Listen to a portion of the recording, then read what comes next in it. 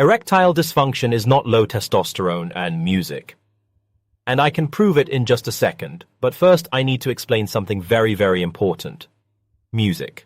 If you have early erectile dysfunction, let's say you're in your 40s or even younger, that could be a warning sign that your heart is in trouble. And I wanted to bring that up now because one of the early signs of heart problems is erectile dysfunction. I will snort. Give you the exact test that you should do to get that ruled out by your doctor. Then I'm going to show you the real cause of erectile dysfunction and give you the absolute #1 best exercise you can do to fix it that you're not going to find in your typical research. Here's the deal. Your blood vessels that supply an erection are between 1 and 2 millimeters. The blood vessels that supply the heart are between 3 to 4 millimeters. The narrower pipe is where the problem is going to show up first. So that's why erectile dysfunction shows up usually 3 to 4 to 5 years before the heart problems show up. And this shows up in younger men in their 40s and less in older men in their 60s, 70s and 80s, which is interesting. So if there's any slight indication that there could be a heart problem, the tests that I would recommend, and I will put those in the description, are a SHAC test, a coronary artery calcium test that looks into the coronary artery and looks at the calcium in there.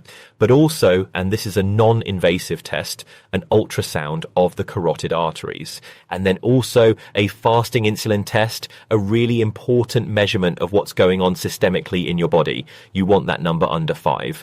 Also, there's another simple way to kind of rule out if there's a problem with the plumbing.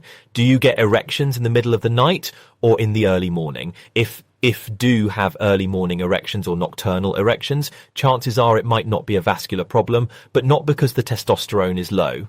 Testosterone drives libido, sex drive.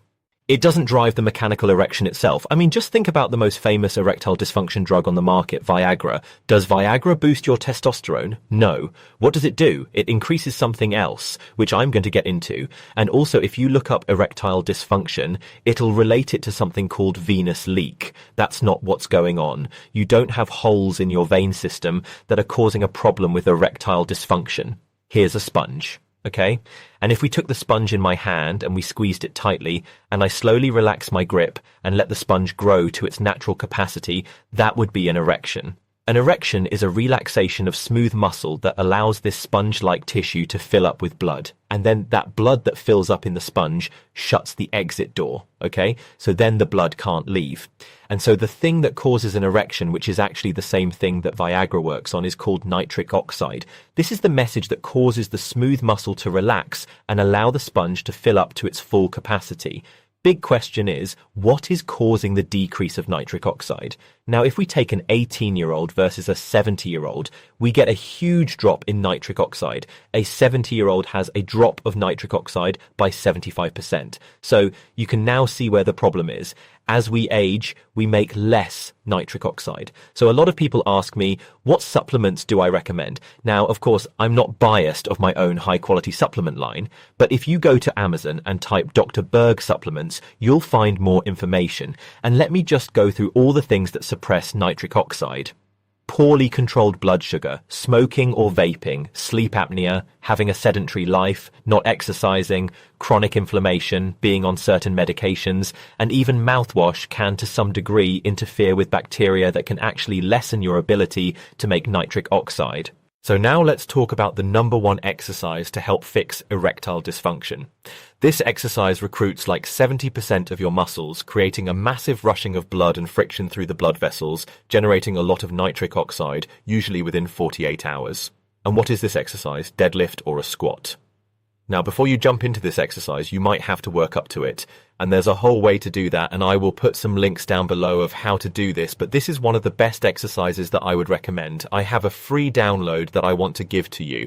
This free download is my daily routine in a checklist. This is a routine that I use every day to feel like I'm 18 years old, even though I'm 60 years old, and I want to give it to you for free. And so there's a little link down below. Click it and definitely download that.